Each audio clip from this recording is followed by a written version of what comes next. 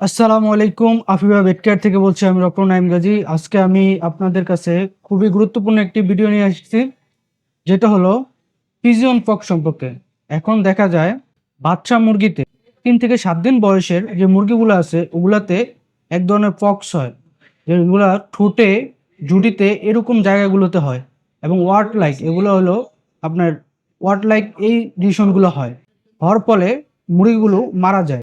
এই ভাইরাসের আপনার সুপ্ত অবস্থা মানে সুপ্তকাল 4 থেকে 20 দিন। তো এই ভাইরাসগুলো 4 থেকে 20 দিনের মধ্যে মুরগিগুলোকে একদম মেরে ফেলে।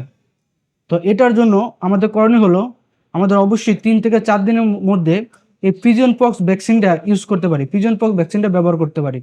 এটা ব্যবহার করলে আশা করা যায় আমাদের এই বাচ্চা মুরগিগুলো এই পক্স থেকে মুক্তি পাবে। তো এটার ব্যবহার বিধি কেমন? আপনার পিজিয়ন পক্স ভ্যাকসিনের ব্যবহার বিধি ফাউল পক্স ভ্যাকসিনের মধ্যে, ফাউল পক্স ভ্যাকসিন যেভাবে আপনারা ব্যবহার করেন পিজিয়ন পক্স ভ্যাকসিনও সেইভাবে ব্যবহার করবেন। এটার ভাইল হলো 200 মুরগির জন্য। তারপরে যদি হয়ে যায় তারপরে কি করবেন? যদি হয়ে যায় আপনারা বিভিন্ন ধরনের অ্যান্টি ইনফ্লামেটরি যে ডাকগুলো আছে, অর্থাৎ ব্যথা জ্বর কমানোর যে ডাকগুলো আছে, যেমন আমাদের কাছে PK5 আছে, তো এই জ্বর ব্যথা নাশক এই ওষুধগুলো ব্যবহার করতে পারেন।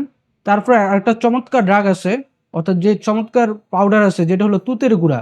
আপনারা চাইলে তুতের গুঁড়া হালকা পানি দিয়ে পেস্ট বানিয়ে ওই ওয়াট লাইক ওই যে লিশনগুলো আছে, গুটি গুটি যে লিশনগুলো আছে, ওই লিশনগুলোতে আপনারা দিয়ে দিতে পারেন।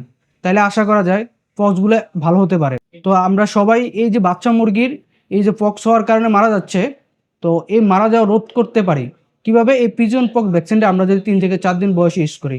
তাছাড়া এই পিজিয়ন পক্স ভ্যাকসিনের মর্টালিটি রেট মানে মরণোত্তর রেট হলো আপনার 90 থেকে 100%। অর্থাৎ এই পিজিয়ন পক্স হলে প্রায় 90 থেকে 100টা মুরগি মারা যায়, 100টা মুরগি পর্যন্ত মারা যেতে পারে। তো এই জন্য এই বিষয়ে আমরা খুবই সতর্ক হব, যাতে এই ধরনের সমস্যার সম্মুখীন আমাদের না হতে হয়। তো সবাইকে ধন্যবাদ। আজকে ভিডিও এই পর্যন্তই। আসসালামু আলাইকুম রহমতুল্লাহ।